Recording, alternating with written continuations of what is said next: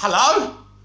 Linda Carter, how are you? I really enjoyed seeing you on Fandome yesterday. Your song, Linda, I really don't care about... Listen, I don't care about your song. Listen, right? I've got to go. Look, I've got a video to do. I've got lots of Fandome stuff to react to. No, Linda, sorry. Bye-bye. I'm not promoting your song. Welcome back to Movies TV Mad. And you can follow me on Twitter, of course, at Movies TV Mad. And welcome to Sunday's huge, gigantic DC Fandome reaction of the DCEU Daily. Did you enjoy DC Fandome yesterday? I am so happy with all the footage. The Batman was off the scale. The Flash, we need to talk about the Flash movie. Wow. But I have to say, Black Adam shocked me. That footage was off the fucking Richter scale. So the point of order today is for us to react to the Batman trailer very shortly, then Black Adam, may not be in this order, then Black Adam, and then the Flash sneak peek. We will also read some articles reacting to some other news from DC Fandome. So let's get going, because I'm buzzing. I couldn't sleep last night after Fandome. I was so excited. I have to apologise to my subscribers. I couldn't do bite-sized videos. It's impossible because everything comes quickly. You're going to miss something. In terms of going live, someone asked me if I was going to do a live stream. I can't anyway because I've only got a mobile device at the moment. But I just realised something. If I did a live stream, I couldn't really get that Fandome experience, take up all the information and relate to you properly. So we're going to have a long chat about yesterday's historic DC Fandome event. Right, let's go. Let's enjoy the second trailer of the Batman. Let's go.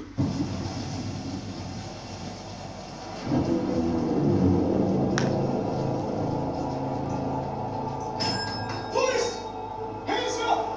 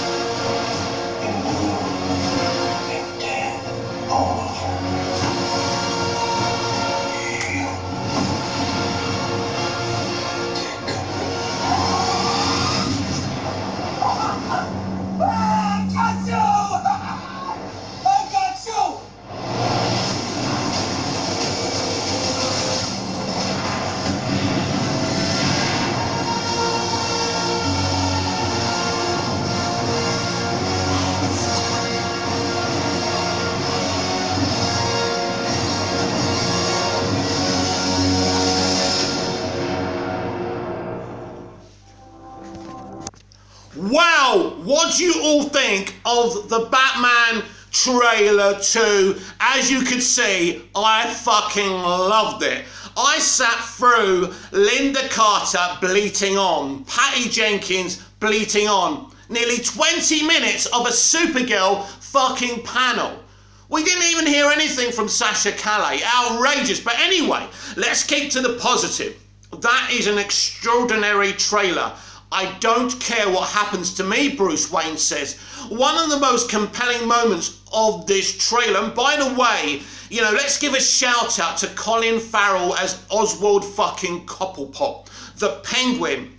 Now he says he's not in it a lot, but we've seen 2 movie scene-stealing moments from Colin himself as Oswald, aka the Penguin. Wow, wow, that bit in the car when he thinks he's got away from Batman and he's cheering, and then out the smoke, out the fog, the Batmobile comes out. By the way, I love the blue lighty fiery thing that comes out of the Batmobile. Great moment.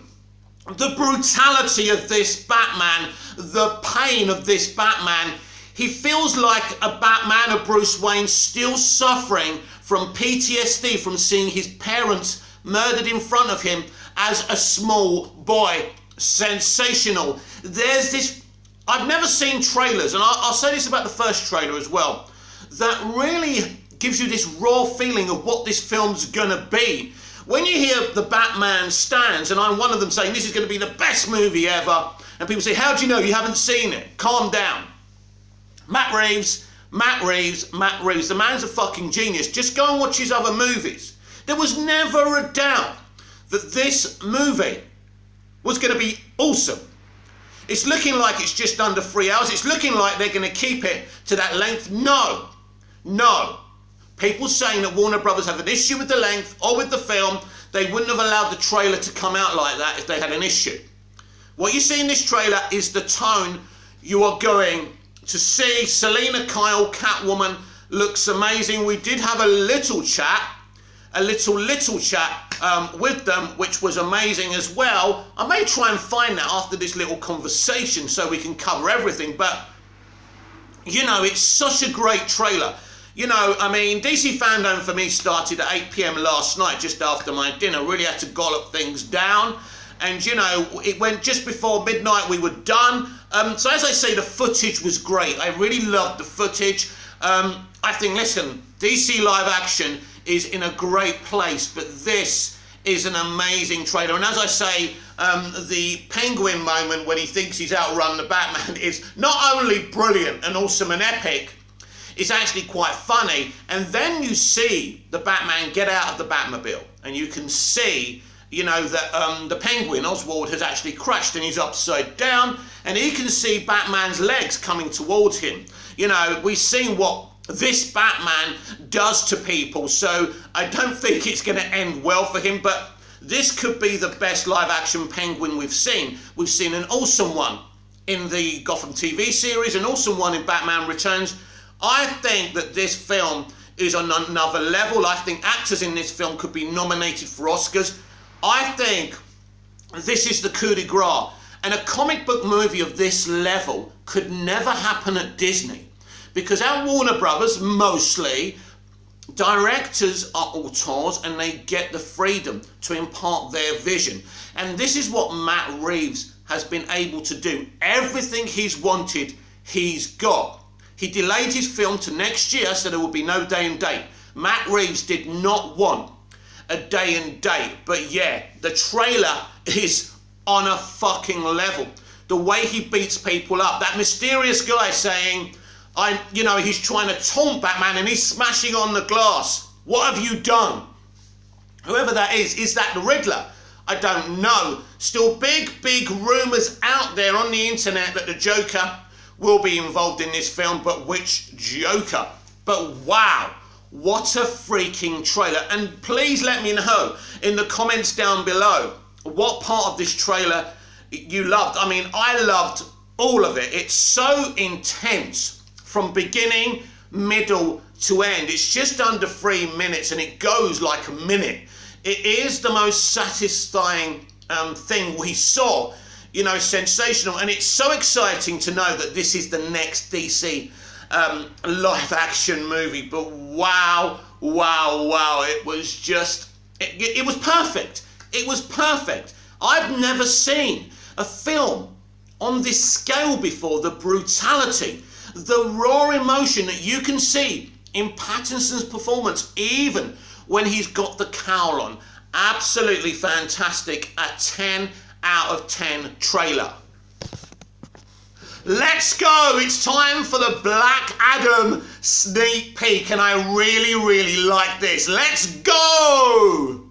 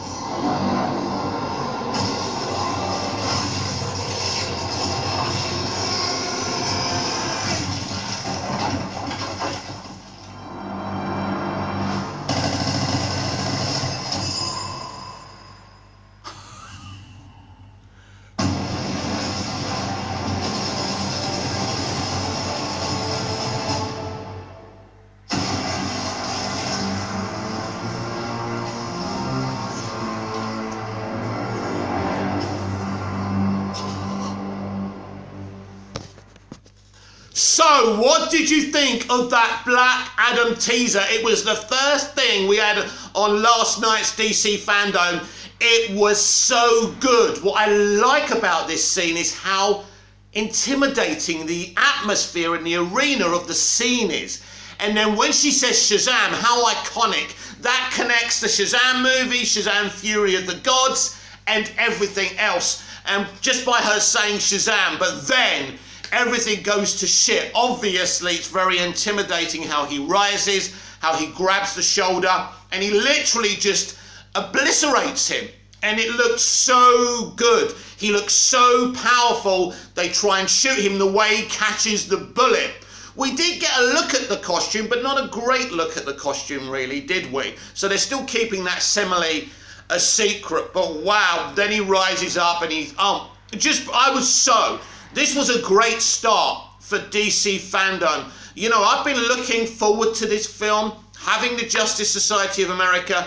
You know, what The Rock has done, putting all the talent together to bring this film to life is fantastic. And he's right what he said at Fandome. He's worked really hard to put this film together because The Rock is a DC fan. He's not a Marvel fan, he's a DC fan, and he's wanted to play Black Adam all his life. What a dream for him. But I think this film is gonna be off the scale, and seeing that, and I wasn't sure what this film was gonna be like at first, but I was still hyped for it. I was still convinced we would get something amazing.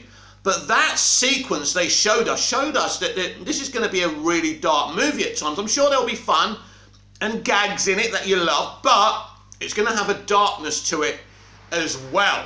This could be the opening of the movie, which is very interesting. It's a great way to open a movie. It must be the opening unless we see more before they do that. And she says Shazam and he comes to life. So, wow, I can't wait. And I do expect some connectivity from this film to the first Shazam as well. Don't forget, this film comes out way before Shazam Fury of the Gods as well. So look out for some clues for Fury of the Gods in this movie as well. But 10 out of 10.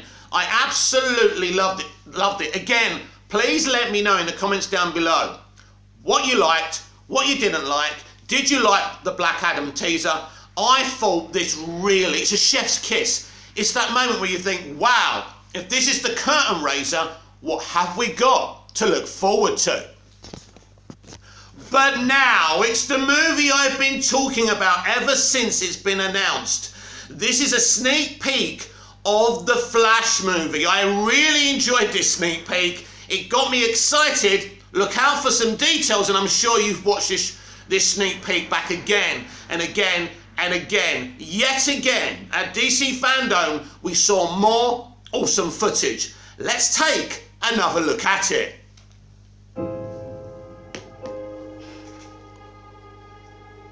Tell me something.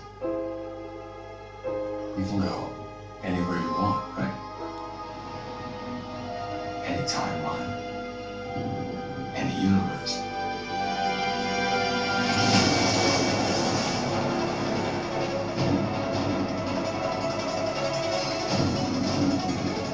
Why do you want to stay? Fight to save this one. You change the future. And you change the past.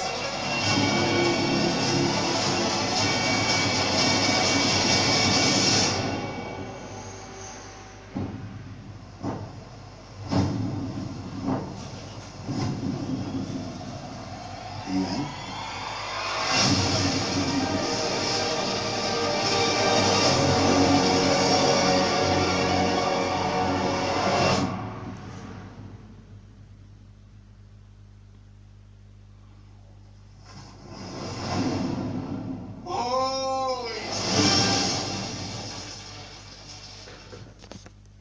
Wow, I love this Flash movie sneak peek. I really, really do.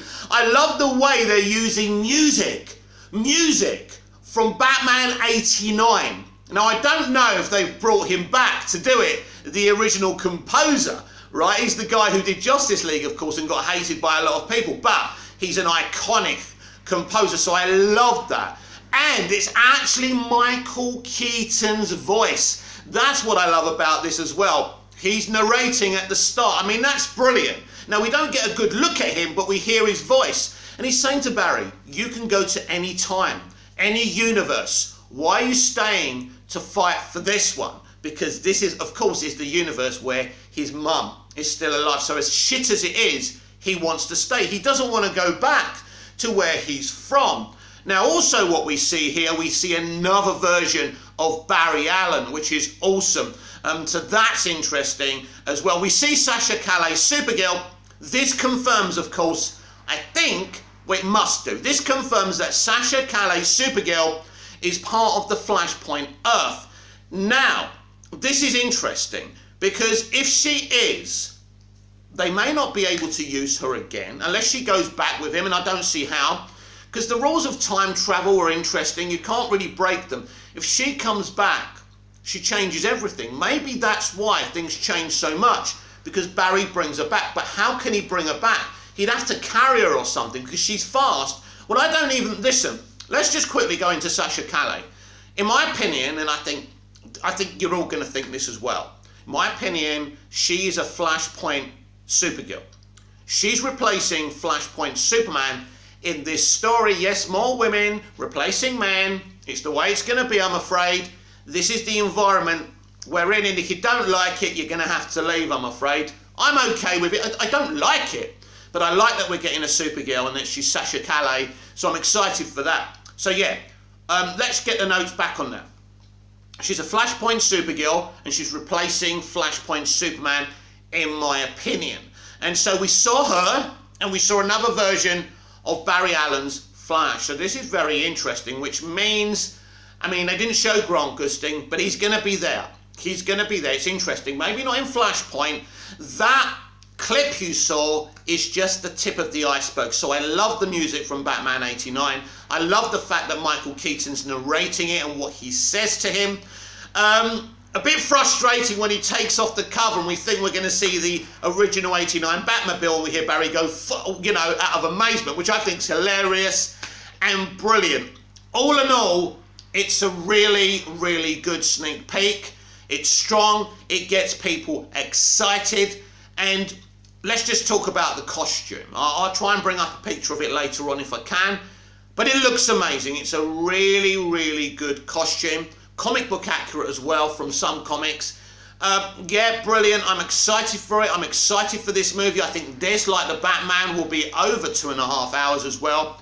This is the movie, of course, that we've been talking about for months and months and months.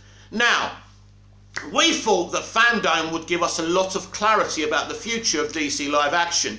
Maybe a 2023 slate? No, because the only theatrical movie we know about right now is Fury of the Gods, Shazam! Fury of the Gods. We also know that probably Tanahashi Coach Superman will probably arrive in 2023 as well, but we don't have a 2023 slate. I would expect to know by the end of this year at least 2 or 3 of the 4 or 5 movies that will be released through the theatrical system in 2023, maybe more, but I think they need to announce them now because production has to start on the 2023 movies next year in 2022. We did get a lot of information. I'm not complaining about what we got. What we got was great. All the footage we've seen is absolutely out of this fucking world, and I loved it. Now it's time to continue as we have a look at a sneak peek behind the scenes of Aquaman and the Lost Kingdom. I'm loving this. This is exciting, isn't it? For a DC fan, it's exciting.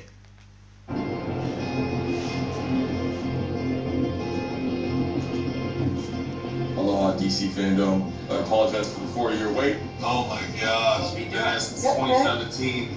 But I'm very proud of the sequel because of tackling a lot of issues environmentally. The stakes are higher, and I'm just excited because I had a big part in my boy James, you know? Super sweet. Check it out. I'm excited for you to see it. Times are changing. It's important. The times are changing.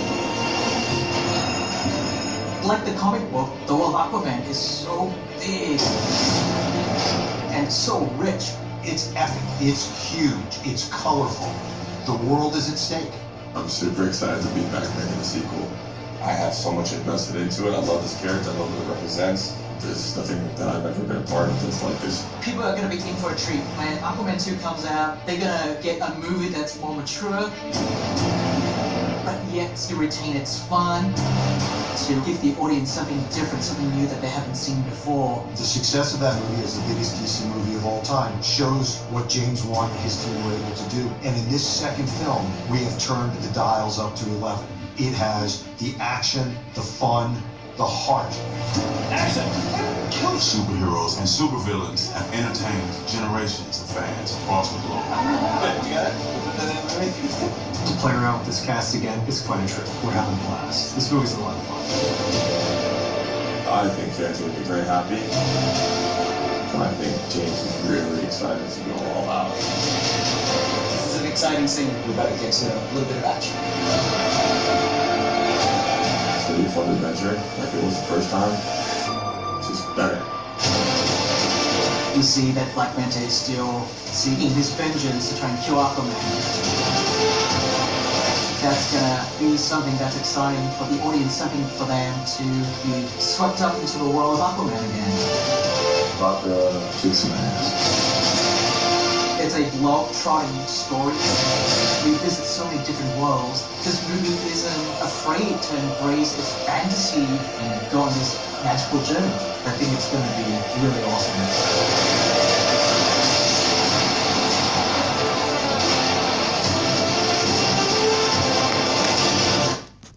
Well, this is fun, isn't it? We just saw a behind-the-scenes look of Aquaman and the Lost Kingdom. Clearly, they have no footage to show us. This is the problem. But, you know, when could they have done Fandome so they could have done this? Oh, they wouldn't have. They could have skipped Fandome this year, I suppose, and done a mini Fandome and just showed us what they got and then showed us the other stuff. But, you know, we wanted another Fandome. We wanted to be hyped, and that's better than nothing.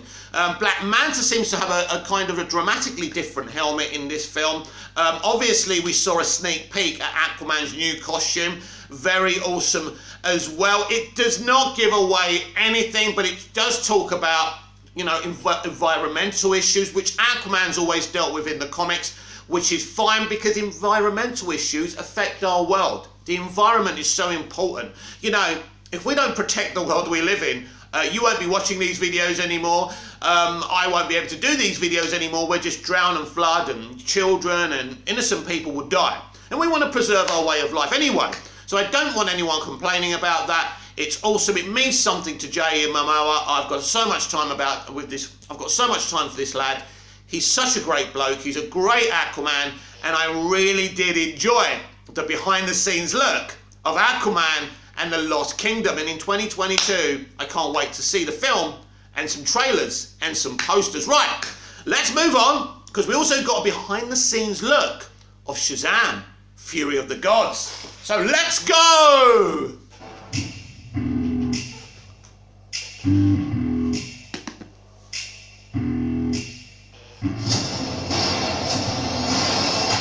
Hello, my name is Zachary Levi. Should have a little tight. And I play Shazam. We all established something very special in the first movie, and in Shazam Fury of Gods, we expand on that.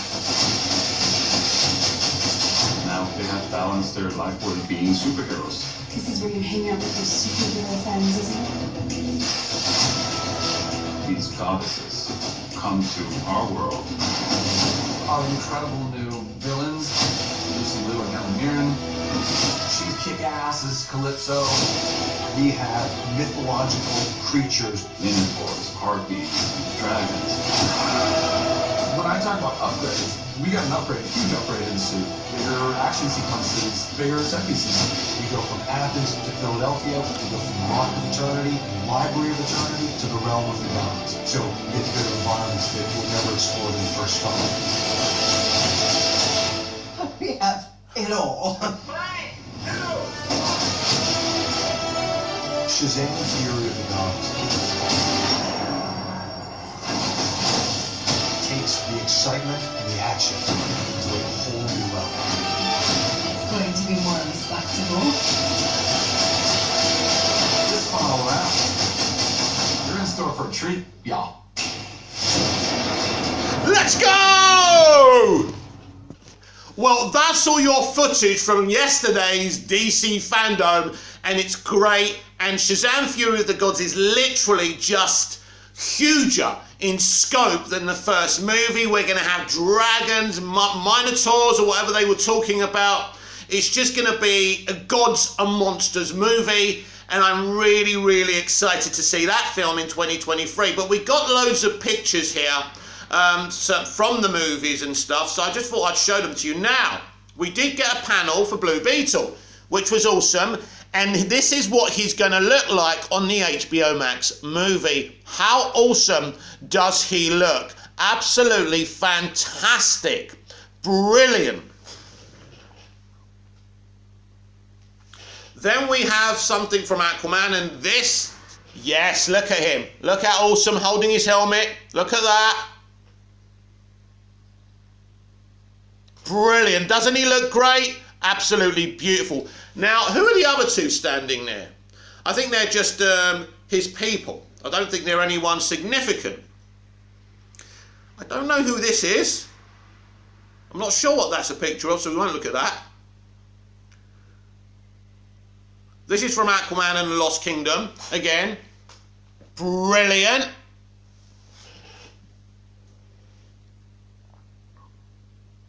Here's from the Flash sneak peek. Doesn't he look great? A great close-up. I'm not sure which version of Barry Allen this is, because I know I've only just seen the sneak peek, but I've forgotten already. But as you can see there, you can see Sasha Calais just behind him. I don't know if you can see her. So she's there, but she didn't really play a prominent role in the sneak peek. And I'll tell you why, because they don't want to reveal much about her. But I do feel she's Flashpoint Supergirl.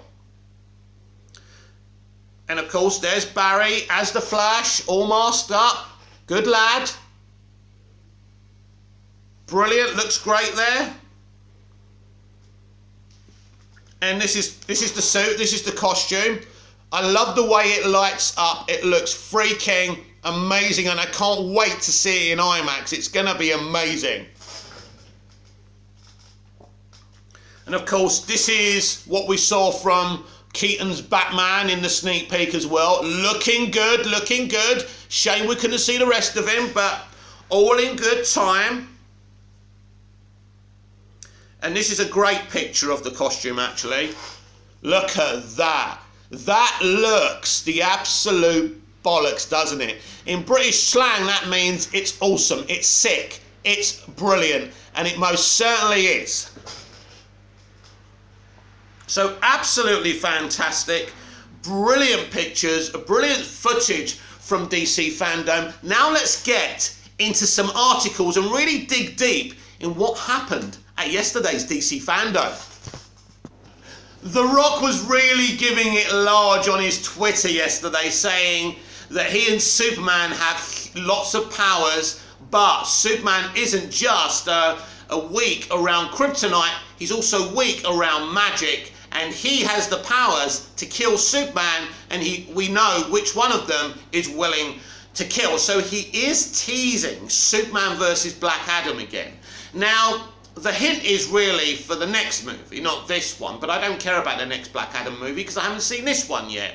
I would, you know, I'm impatient and I'm being spoiled. I want to see Henry Cavill's Superman in this Black Adam movie, and I'd be hugely disappointed if we don't get that. But again, Henry Cavill wasn't mentioned. Now, I got a lot of things wrong. Or they were hopes, weren't they, more than predictions. I thought that Henry Cavill may be there. Nope. I said Joker 2 would be announced there. I was wrong. A lot of stuff wasn't announced, but because Fandome's over now, get ready for a lot of projects to be announced. Nothing will be held back anymore because, as I say, 23-24 slate has to be announced sooner rather than later so they can go to work on it. Anyway, Hiram Garcia interview. Black Adam and DC League of Super Pets. Producer Hiram Garcia talks about his upcoming projects, DC League of Super Pets and Black Adam, teaming up with Dwayne Johnson again, and Easter eggs. DC Comics is set for a big year in 2022, hell yeah, with not only the long-awaited Black Adam, but also the joyous DC League of Super Pets. Coming to theatres, super producer Hiram Garcia, who has been behind hits such as Jumanji, Jungle Cruise, as well as an avid participant in DC films, is working on both and reuniting with star Dwayne "The Rock" Johnson on the former. Garcia spoke to Screen Rant about weaving the various aspects of the DC universe together and about the importance of having fun in the midst of making a film. Screen Rant, what can fans expect from Dwayne's portrayal of Black Adam? Hiram Garcia, you know how much I love this project. We love our projects. They are all our babies. But this is the one that, as a nerd, at heart, I grew up dreaming to one day be able to tell. This is a superhero story, or I should say an anti-hero story. Black Adam is badass and can do all the things you want a superpowered character to do. He's incredibly strong, has super speed, you name it, it's at his disposal. But it is the core of his character and what he ultimately endures that is appealing. Here is a guy that was brought up as a slave and was dealt challenging and tragic circumstances that coloured his version of justice. What makes him interesting is the fact his justice is not often a justice that people can walk away from. I think that's one of many things that makes him intriguing. We are used to heroes that believe in the judicial system, and Black Adam doesn't adhere to those tropes. Yes, he believes in defending those that deserve protection, but if you cross him, well, there's a good chance you may never cross anyone else again. Yeah, like that soldier, he basically kills, I mean, in that sneak peek, that was sensational. Sorry to the soldier, by the way. You're not real anyway, so it doesn't matter. But if you cross him, well, there's a good chance you may never cross anyone else again. Taking that and merging him into a world where there is a JSA who is familiar with what he brings to the table, and having to deal with that is just explosive and compelling. We have seen anti-heroes before. You have your Wolverines and your Deadpools and guys that will do whatever is necessary and sometimes do what some heroes can't. That said, I don't think we've seen an anti-hero like this with his level of power. Some might look towards Homelander, but he's pretty villainous. Black Adam is unique because he does have a moral code. It's just that when it comes to justice, he's judge, jury and executioner. The decision he makes in that space can be scary to the rest of the world who aren't used to people who function like that. Add in that it will be hard to find a physical match for him in the DC universe outside of Superman, and you have yourself a really fun character. You certainly do. The Justice Society of America has such a long history in the DC universe. Will eagle-eyed DC fans be able to catch any Easter eggs or maybe even some cameos? Hiram Garcia, 100% there are going to be Easter eggs. That's all I'll say. That means there will be cameos as well. That's the fun of this, right? I think as comic book fans, anytime you have an opportunity to sprinkle in an Easter egg, we're going to go for it. You want to pay attention because there are Easter eggs sprinkled throughout and fun little nods. Very interesting. I think this film is bigger and more awesome than anyone ever imagined, including me. With DC League of Super Pets coming out next May, this is the DC universe like we've never seen it before. What can you tell me about that movie? Hiram Garcia, I think you just summed it up in a great way. Super Pets is a DC universe like we've never seen before, and it is fun POV into the DC universe. Through a point of view, should I say, through these incredible pets. When you're able to start with the OG of superheroes like Superman's dog, Krypto, and look into the superhero universe through the most powerful animal on the planet, it's really fun. DJ did such an amazing job of bringing Krypto to life, and then when you add in Kevin Hart, you know you have something special. Plus we have such an incredible cast. All around, what an amazing group of talent we have bringing these characters to life. I can't say just yet who plays who, but I think for the fans they're going to have a blast watching them all interact. I think most people understand there's nothing like the relationship between you and your pet. For us to anchor a story around that relationship, adding in the fact that Krypto has superpowers and he's the Superman of Animal World, is a lot of fun. You can expect a lot of laughs. This is something that the whole family can see. Although the movie is super kid friendly, there are also a lot of subtle humour that adults are going to like. We had fun included. It was exciting to create a new perspective into superhero lore and the superhero genre that we know people that are fans of this genre haven't seen before. So that's the director of, is that the producer or is that the director of Black Adam? Anyway, doesn't matter. He gave us some interesting little morsels there to chew on. Obviously, Super Pets is going to be fun, but Black Adam is going to have cameos. You could tell from what he was saying, and Easter eggs. As I say, this is going to be another incredible movie, and I can't wait to see it next summer. It's going to be absolutely off the scale. How could we forget the Peacemaker trailer that premiered at yesterday's DC Fandome? Let's check it out right now.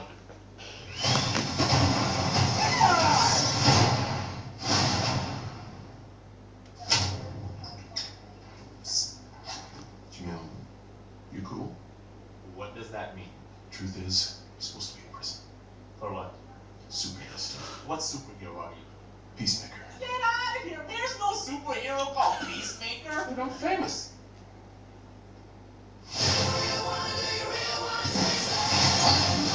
You're a born killer with expertise in every weapon known to humankind. Giving you the chance to stay out of prison and work for me.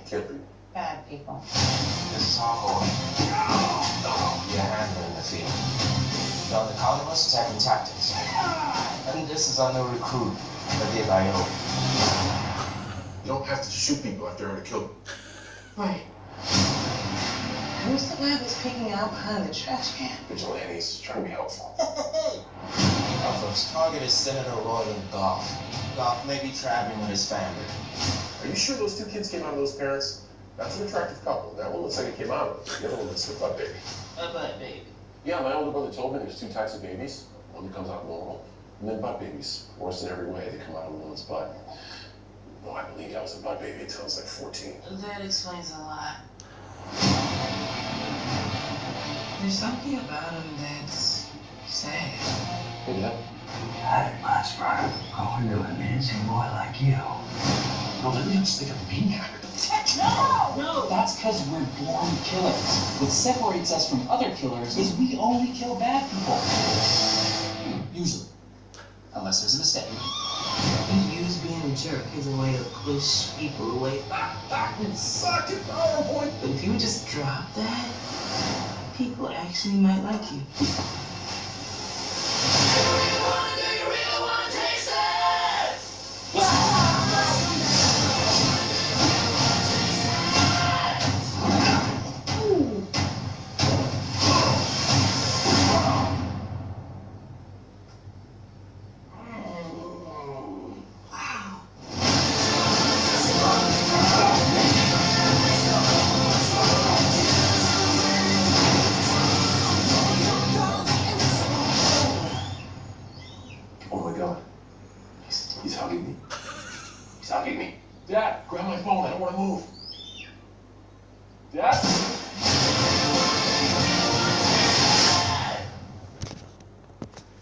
So that's your Peacemaker trailer. Yeah, I really liked it. Lots of fun, great action, typical James Gunn. It's not got any surprises to it. It's James Gunn. It's going to be funny. It's going to have banter. The team will get together.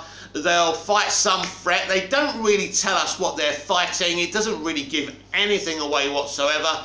They did have a nice little panel, actually, and it's a shame that more of the movies didn't have those panels, like extended panels. I still can't believe Supergirl got like 20 minutes, and things like Aquaman got a couple of minutes, not even a couple of minutes. But it's because they're working, it's in production, it's difficult, I understand that. But yeah, it was a good little panel. Great to see the cast and James talking and shooting, you know, shooting the breeze. It was great. We finally get a great look at Eagly as well. I love that moment when he says he's hugging him.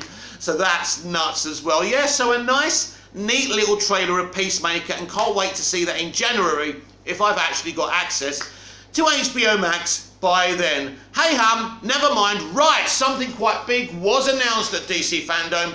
If you're a Superman fan, Superman officially gets new motto, drops the American way. Superman officially has new catchphrase, as the Man of Steel of DC Comics will now fight for truth, justice, and a better tomorrow, by Liam Maguire of Screen Rant. On Friday, it was revealed Superman is getting a brand new catchphrase, as the iconic DC Comics hero will fight for truth, justice, and a better tomorrow. At DC Fandome, DC Chief Creative Officer and Publisher Jim Lee revealed the Man of Steel will officially be dropping the American way from his motto, and instead which will be replaced by the phrase a better tomorrow. The new catchphrase better embodies the hero's ultimate mission of making the world a better place. Superman is one of the most recognisable pop culture figures on the planet, as he originally debuted in Action Comics 1 in 1938. The hero has always been connected to the United States as the Man of Tomorrow, crash-landed on Earth and ended up being raised in Smallville, Kansas in United States. His catchphrase for decades was truth, justice and the American way. However, despite his long-time motto suggesting he fights for the American way, Superman has long fought everyone across the globe, meaning his motto hasn't been all-encompassing as it should be. Now Superman is officially losing the American way from his iconic catchphrase. This is really triggering a lot of people.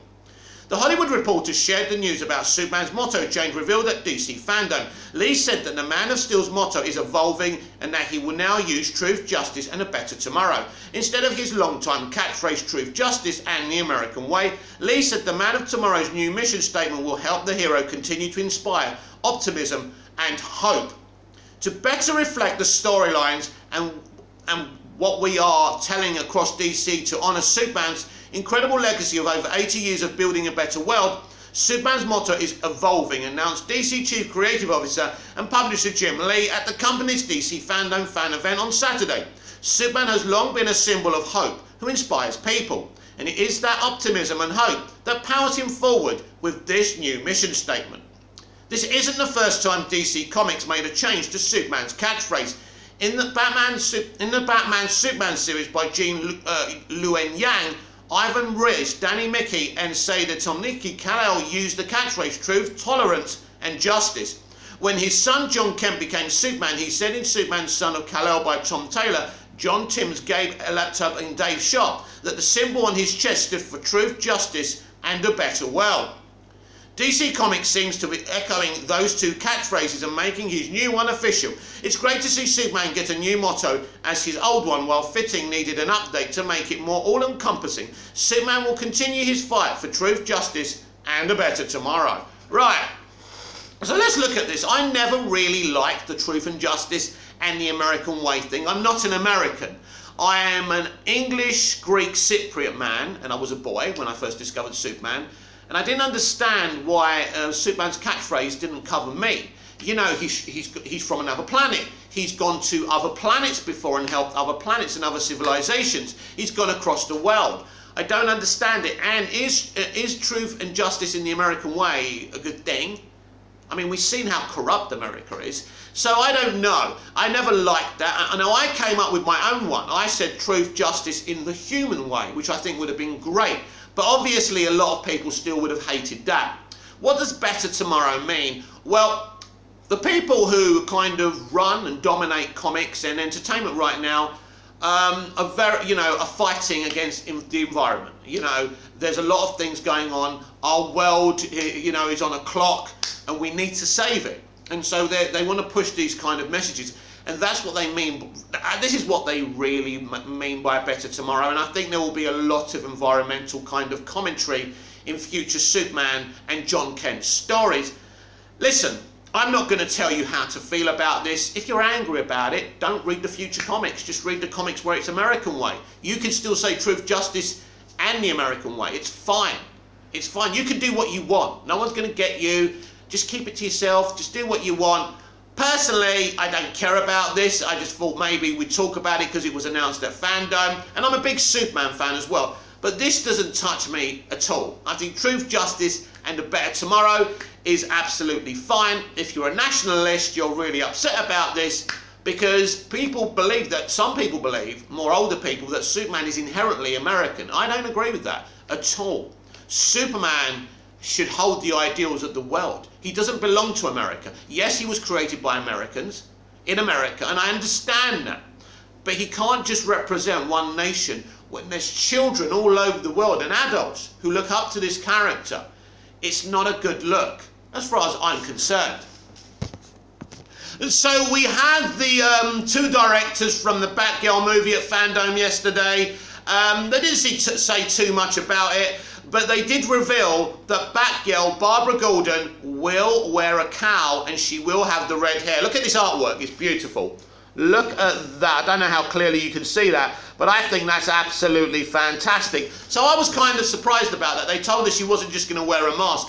I wasn't sure what they were going to do. So they've been very faithful to elements of the comics, and I'm very excited. Also, Leslie Grace talked about, you know, this character being independent and strong, but also being a nice, sweet person that the fans can fall in love with as well. And I think that's great, and I think she made a great point there. A lot of strong girls and women in our entertainment and comic books are very aggressive, unlikable. And, you know, you're not going to get people to embrace your media in that way. So very, very exciting. There is a bit of an article here. Let's see if there's any information or any quotes. So just in case I didn't miss anything. So no, I don't think there are any quotes here. No, there's nothing. So filming, so basically, however, shouldn't worry too much. So let's see what it says. So, and scale is also deliberately disproportionate. It appears that at the point the filmmakers do not want to reveal too much. They are probably saving the costume reveals for later on, but fans also understandably anxious to find out what Grace will look like in the upcoming movie, right? That film, I think, will start shooting very, very, very soon. I'm not going to bother reading this whole article because we're running out of time, and I don't have much time on this device left. We've nearly been going for 48 minutes. It was a big day yesterday, of course, so there's definitely a lot to cover. But Batgirl will have the red hair and the cowl. That's the main thing, and we still don't know which Batman will appear in this movie. Milestone animated movie announced. By the way, we know that Static Shock is coming as well in live action, but Milestone Animated are doing a movie. Milestone is a comic subsidiary of DC Comics, so Static Shock is definitely coming. They're doing something in the animated universe as well, which we'll read the details of shortly. And so we're going to get a lot of stuff from Milestone Comics in live action and animation. I really enjoyed that segment of DC Fandom.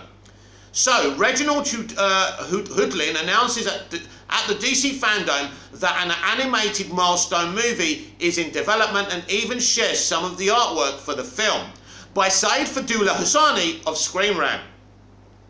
A new Milestone animated movie has been announced at DC Fandom. Milestone Media was founded by a group of African-American artists, including Dwayne McDuffie, Dennis Cowan, Michael Davis and Derek T. Dingle in 1993 with the intention of addressing the underrepresentation of racial minorities in superhero franchises. DC distributed and published the company's comics, forming the Dakotaverse comprising of the most popular characters from Milestone Media. Titles like Hardware, Static, Blood Syndicate and Icon quickly became popular among fans, expanding the universe beyond comics onto TV shows and video games in 1997. Milestone shut down its comics division, although now the media company is experiencing a resurgence. This is great.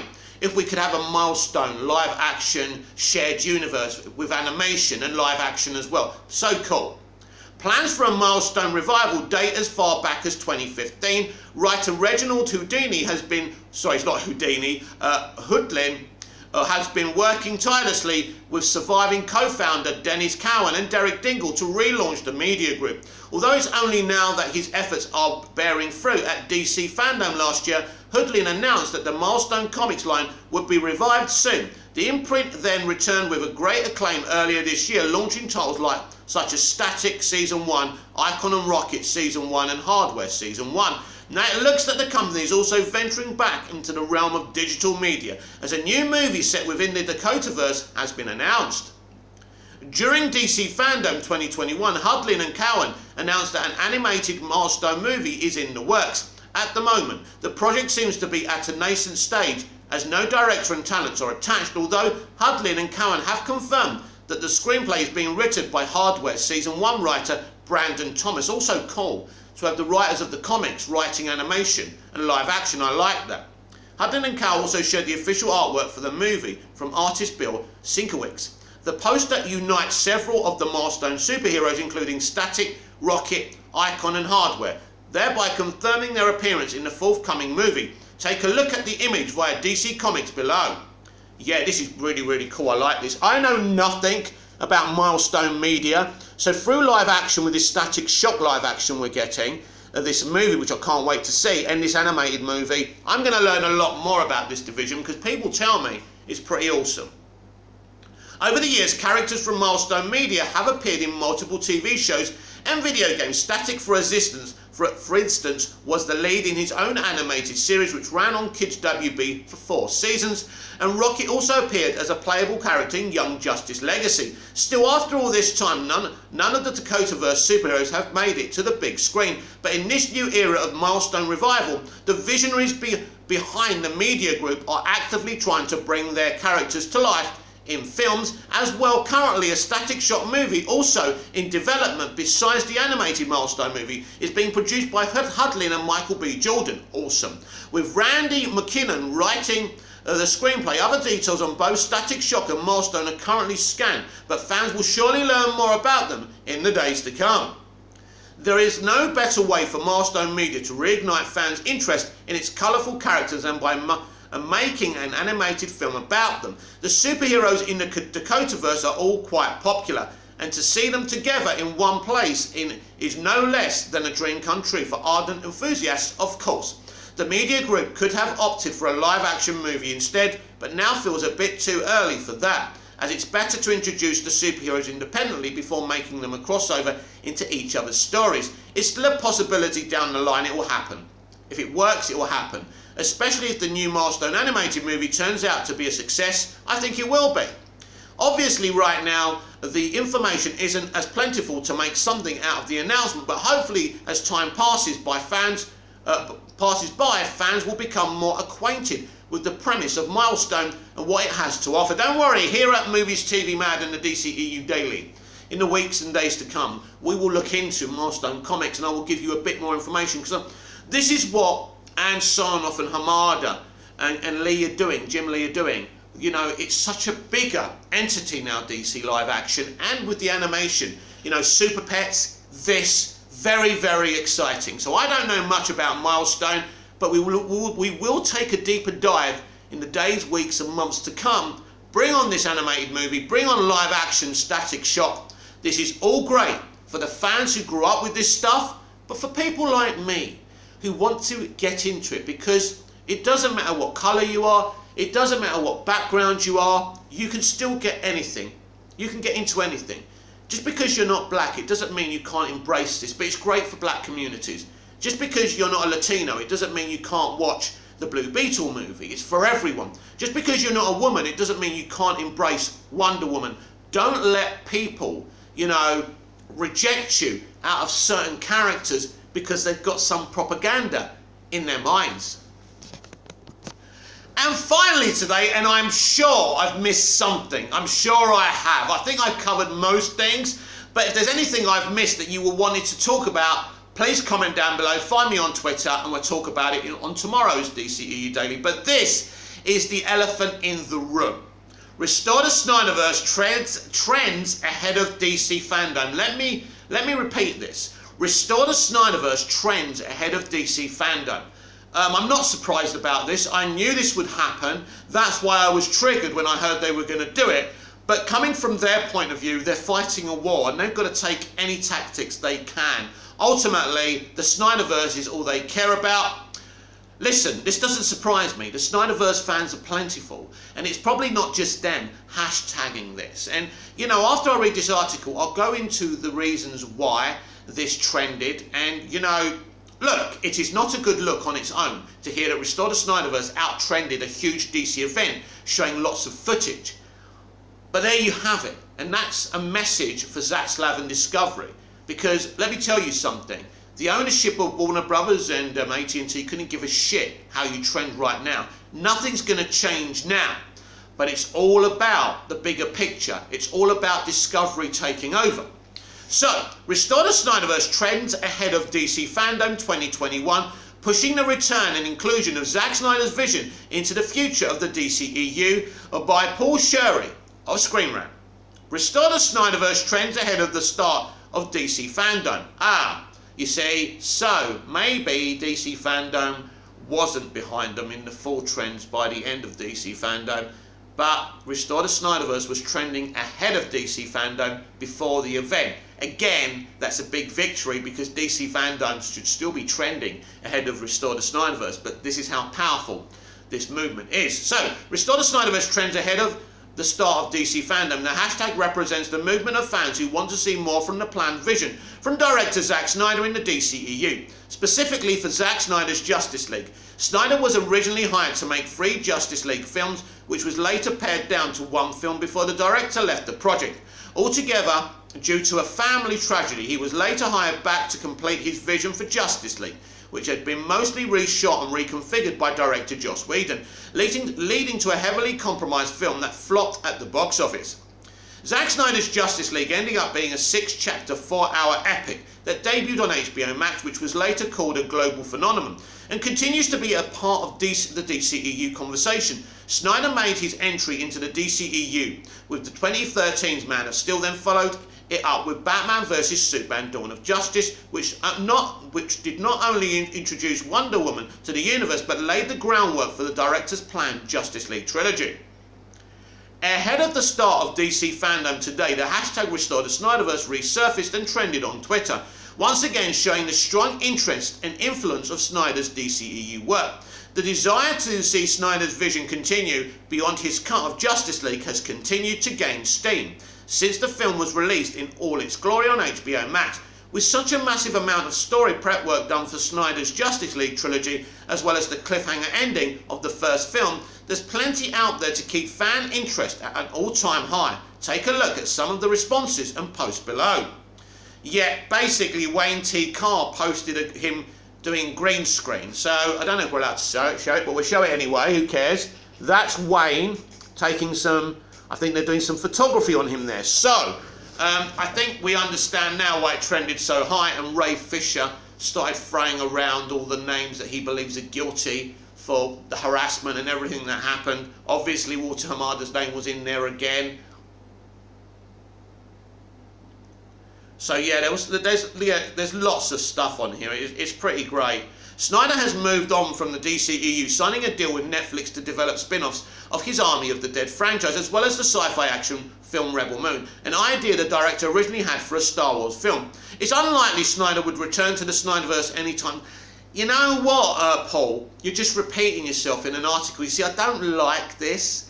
You know, at the end of the day, we know he's busy. Yeah, it doesn't matter. It doesn't matter about the rest of the article because you just annoyed me. Stop repeating yourself.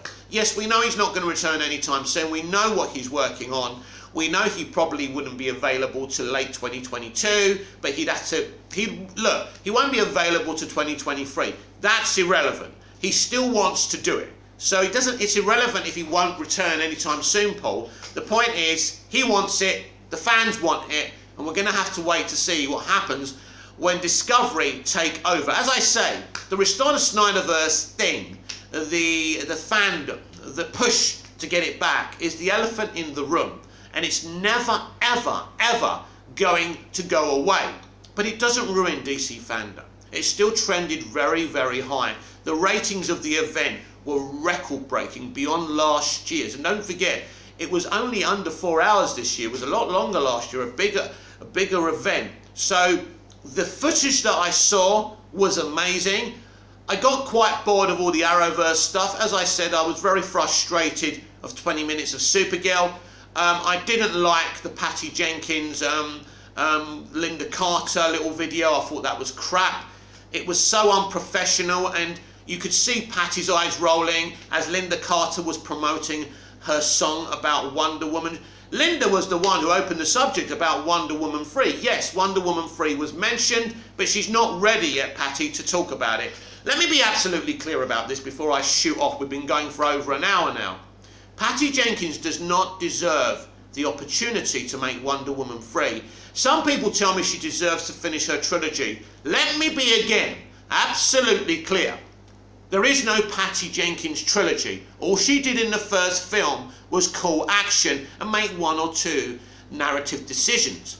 The first Wonder Woman is Alan Heinberg's, the writers, the famous comic book writers who wrote the screenplay and the story for this film, and Zack Snyder, who they wrote the film together. And Zack Snyder pretty much made and put together the first Wonder Woman. So you've got to take the first Wonder Woman film away. Again, let me be clear. Patty Jenkins doesn't like the first Wonder Woman. That's why she took Wonder Woman 84 in tone, in character, in everything away from the first film. She hates it. She doesn't like the shield. She doesn't like the sword.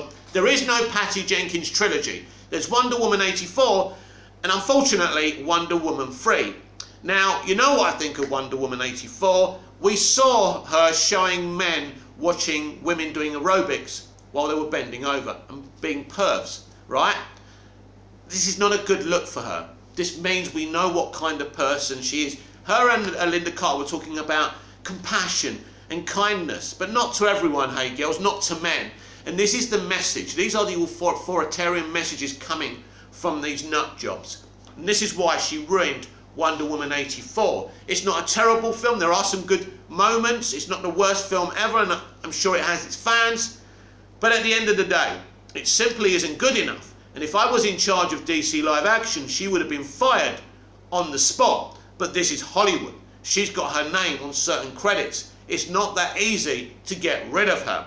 So I don't know what's going on with Wonder Woman 3. I still suspect she may not direct it. I haven't heard the words she's directing it from her. I know the company have said that. I still feel there's a get out of jail free card here where she can have a writer's credit and a producer's credit, and she can give the director's job to somebody else, and maybe they can take it away from her. Because at this moment in time, Wonder Woman 3 is the least film I'm looking forward to, and that shouldn't be the case because we started so well. You know, at Fandome, they were celebrating 80 years of Wonder Woman, and they spent it talking about how brilliant women are. What's that got to do with Wonder Woman's 80 years? Talk about her history. Do a little mini 5-minute documentary. You spent 20 fucking minutes on a fucking Supergirl panel because a failed show is being cancelled. Oh, and to the actress who plays Lena, who I loved in Merlin, by the way, no girl wrote to you telling you she didn't think girls could be scientists. Nonsense. Oh my God, what a bunch of virtue signalling crap.